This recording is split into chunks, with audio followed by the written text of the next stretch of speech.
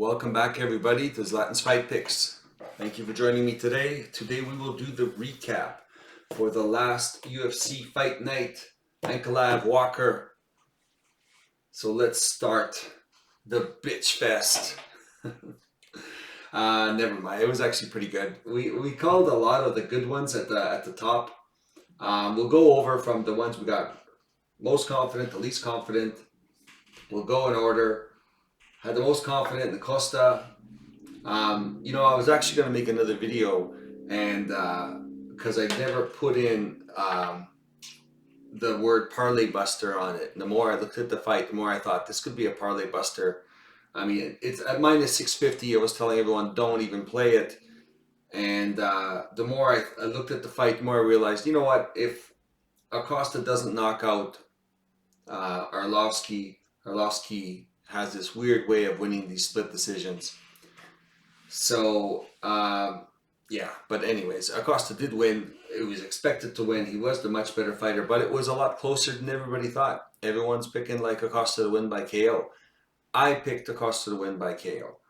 And what a big letdown that was. I mean, to me, at a minus 650 favorite, I don't think he really did what he's supposed to do to Arlovsky. And to Arlovsky's credit, he fought a good fight, stayed away, took some shots, didn't get hurt, circled. He did what he's normally doing, and he did well. I guess he's not quite done. And the last time he got KO'd by, Don'Tale Mays. I actually had picked Arlovsky to win that by decision, that fight, but then he got cracked. And then we were all worried that maybe his chin is completely gone because he got hit so hard. And, now he comes back and he almost wins a decision here. So, it's hard to pick the Arlovsky fight. I didn't expect him to win this one. I didn't expect him to be this close either. So it was a good fight for Arlovsky. Not a good fight for Acosta at minus 650. But nevertheless, he was the pick that was correct. Ankalaev, after watching the first fight, I don't know how you can think that Walker had this. Well, he had a puncher's chance. He had a crazy, wheel kick, axe kick, punch chance of a knockout, and that's about it. And Ankalaev just dominated this fight. And, and Walker is a little chinny, and he got cracked, and it was kind of over from there. Ankalaev's, he's going to fight for the title. I might be picking Ankalaev, even though, he is susceptible to leg kicks. And, so we'll talk about it at a later date. But yeah, it's gonna be a really good fight. He should have been the champ anyway. I thought when he fought for the belt, for the open belt when it was vacant, I thought he beat what's his name, the Polish guy, Polish Power. Anyways, yeah, I thought he beat him. I thought he won the decision, and it ended up being a draw. So I thought he should have been the champ anyway. But he's going to get a shot now. Hopefully it's a decisive, it should be a decisive victory for one or the other. For Pereira or Ankalaev. Nevertheless, Ankalaev was the pick. It was a fairly confident pick, and he showed exactly why. McGee, high confident pick. He's too powerful for Bolanos. People like Bolanos' striking. I just think McGee is just a better MMA striker. He might not be the better kickboxer, but when he mixes it all up, he's definitely effective striker, and he's very powerful. And he does have a ground game. He's just physically really strong, and he can take a good shot. So I really like McGee. So that was high confidence play. He won the fight fairly easily. I actually thought he could win it even sooner. He just, kind of felt out what's going on in the first round and finished it in the second. Moving on to Silva. Silva just walked through this guy. It was minus 900. You can't bet on this. It's just so crazy. I don't think he should have been minus 900. But obviously everyone thought he was going to win. But minus 900, his first debut in the UFC. It's just kind of ridiculous. But Weston Wilson was absolutely no match for this guy. high confidence pick. Didn't have him in a parlay. Didn't bet on him. There was minus 900. It was ridiculous.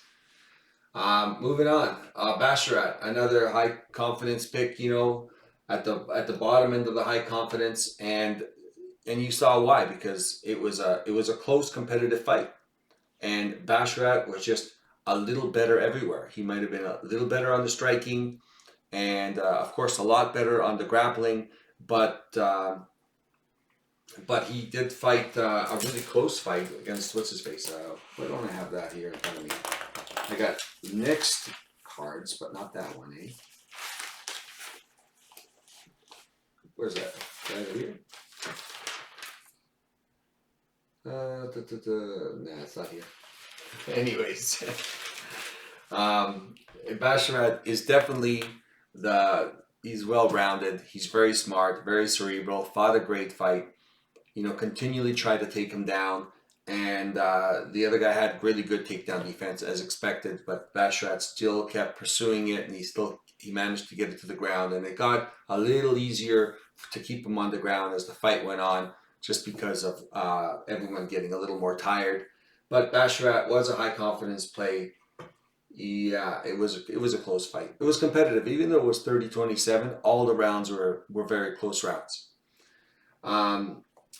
Good decision though. Moving on, Bunez. This is the mid-tier confidence. You know what? He's my biggest underdog play. I really thought this guy could win. Here's the thing. Bunez won the first round. He outstruck Van. He outgrappled Van. That's when I saw the first round, I thought, great. Bunez by decision. Van, to his credit, took straight shots, powerful shots, and just ate him. And this is where I was thinking maybe club and sub or decision. But Van absorbed all the power shots. And going into the second round, Bunez started to fade. And Van kept putting on the same pressure. I don't think he put on more pressure. He put the same pressure on him, kept walking forward, and kept eating all the power shots. And Bunez just started to fade. And as Van got closer and closer to him, the reach advantage disappeared. And Van kept hitting him to the body and to the head and just kept up the pressure. And Bunez just started to fade, and then he started to break. And that was disappointing, because if Bunez could have done the same thing he did in the first round, if he could have just, I don't know, maybe his cardio is a big question mark, but he definitely faded cardio-wise in the second round. Van, to his credit, absorbed a lot of shots. He absorbed a lot of power shots. And this is one of the reasons why I bet against Van here, is because the last fight, in the first round, he got dropped. And I had bet on him on that fight, and it scared me. And I thought to myself, well, maybe Van cannot take as good a shot as I thought he could. And so, which is why with this fight, I thought possible club and sub, because if he got knocked down against Bunez would have a really good chance of submitting him. As well, if he couldn't submit him, I thought Bunez was the better technical striker. He's better on the ground, and he can win a decision. And after the first round, I mean, I was really confident. I thought this was going to go exactly the way I thought it was. But going into the second round, and I saw Bunez just start to fade rapidly, that's when the panic hit. I'm there like, oh man, I hope this guy survives. But nevertheless, Van put a lot of pressure on him and hit him with a lot of shots, and Bunez eventually they stopped the fight.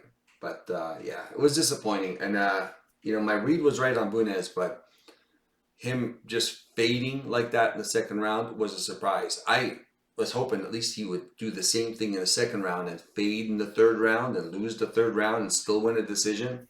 That was kind of the way I saw it. But nevertheless, no excuses. Van came through, and Bunez was a little bit of disappointment. It just goes to show that, I think his cardio is a question mark. So, but he's an exciting fighter. It was a good fight. No complaints there. Moving on. Simone against Bautista. I picked Simone. I thought Simone is the more, how can I put it? He's a non-stop. I can't find the word. I'll describe it. He's a non-stop pressure wrestler. He keeps going for takedowns, and I thought he was going to be a little more effective, but it wasn't Simone that was ineffective.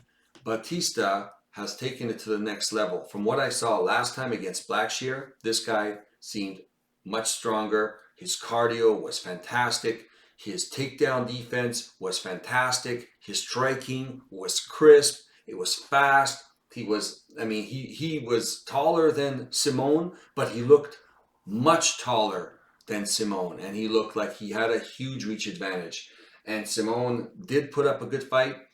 He on one of the judges' scorecards they give him a round. I gave him my first round, but yeah, then Batista just kept pouring it on him and pouring it on him, and it wasn't even a matter of cardio. It's just that Batista kept putting a lot of pressure on him, and he looked Batista. It wasn't Simone that looked bad. Batista looked really good.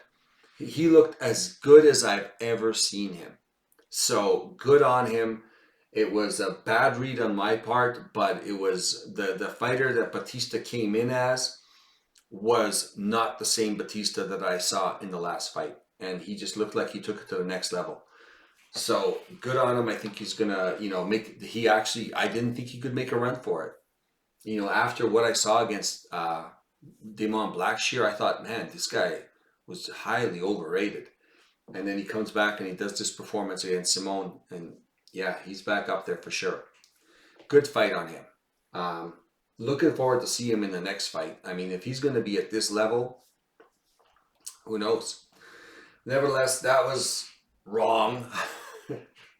And you know what? At the end of the day, also, Simone, who looked fairly unbeatable and like the boogeyman of that division for quite a few years, it looks like he's really slowed down, or everyone's gotten a little better and he stayed the same. So we'll see in the next fight.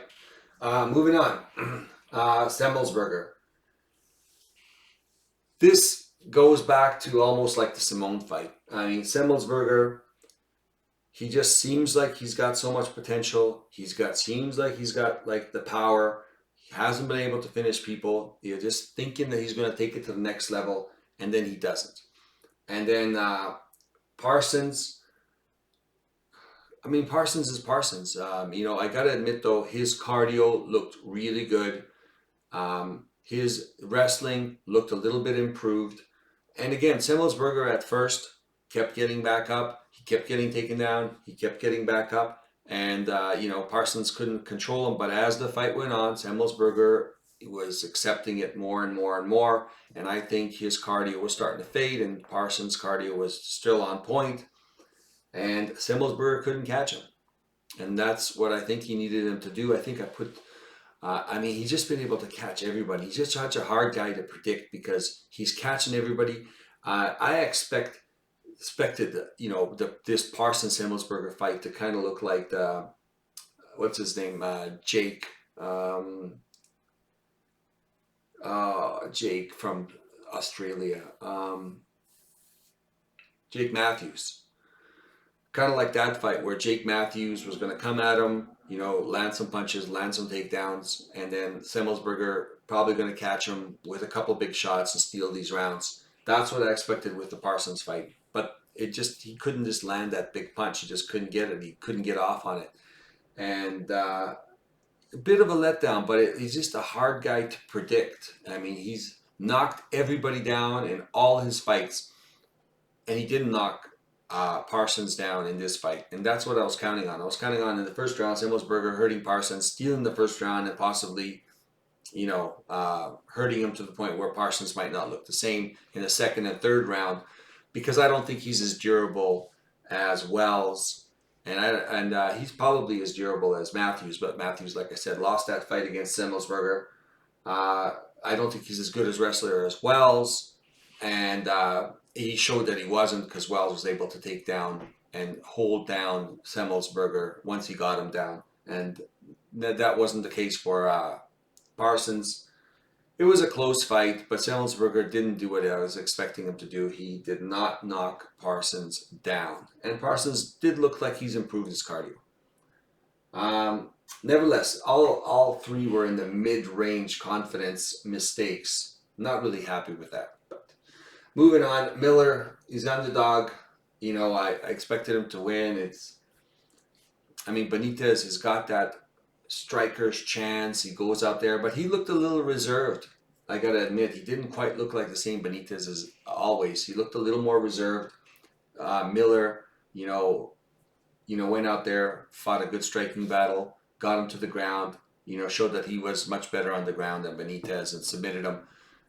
Yeah, it was kind of expected. It was a typical Miller victory. Moving on, Cap got canceled. Going on to the 50 plus. Moda ended up getting the knockout. This is where I said these ones, I mean, you could float between either one and have a good bet. I actually had Nolan in a parlay. I had Moda as a bet to win by KO. So that hit, and you watch that fight, and Nolan, even though he's a tall guy, he doesn't really fight like a tall guy. Sometimes he'll use his jab, but most of the time when he's going in deep and he's throwing. But he's also, at that point, nullifying his reach advantage. And the one thing that beat Moda, if he had watched the fight with Moda's last fight, the guy was longer. He would jab, he would kick, he would circle off, and he would not be there for Moda's leg kick left hand. And Nolan, he was going in straight in. He's coming straight out, going straight in. And the moment the fight started, when I saw Moda landing his kicks, because he was going straight back, I thought this guy's going to be in trouble, because Nolan would land his kicks and he would move back, and then Moda would land his kicks. And he, of course, after that kick, Moda likes to throw the left hand. And eventually Nolan just stayed in the pocket and got caught. I mean, Moda's been knocking and hurting everybody, and it was just a matter of how good is Nolan. This is his first fight against serious competition. And we saw his chin not hold up. And not only he got knocked down, then he got basically put out. So, so all the hype on Nolan was, I mean, I'm sure he's an okay fighter, but there you go. Moda kind of exposed it. Now that he's taken it to the next level, exactly, maybe that chin is not as strong as he thinks it is, just because of the lower level competition. Nevertheless, I got a right and a wrong. It's like it was wrong in the parlay. It was right in the first round KO. And again, there's a way to fight Moda, but you got to be able to, number one, do it. And then number two, execute it. Well, number one, plan it, and then number two, execute it. He didn't do any of it. He was just going to go in there. He thought he was going to walk through Moda, and he was wrong. So he should have fought a better game plan. He's got the height. He should have just circled away and landed the shots. But no, he went in there, started throwing against Moda, and gave Moda a chance. And good for Moda. He's still going to stay in the. He's a fun guy to watch. I mean, there you go. He's great at the bottom end of it. Guys coming into it. It's always going to be an interesting pick. Moving on. Ferreira versus Haas. Again, put Ferreira in the parlay. I didn't have Haas on a bet myself. I just didn't feel that confident. But, I mean, Haas did not look like Haas. Both of these guys lost by KO last time. Ferreira came back right from the word go. He didn't lose his confidence. He didn't change his style. He went in there and he was first on everything. He was first to kick. He was first to throw his punches. He was first on everything. He had the same amount of confidence going in, and he was always first. And then he was also first to take Haas down, which is amazing, because Haas is a pretty good wrestler, and we've seen him grind guys and take guys down, but he didn't do any of that, which I said is one of his paths to victory.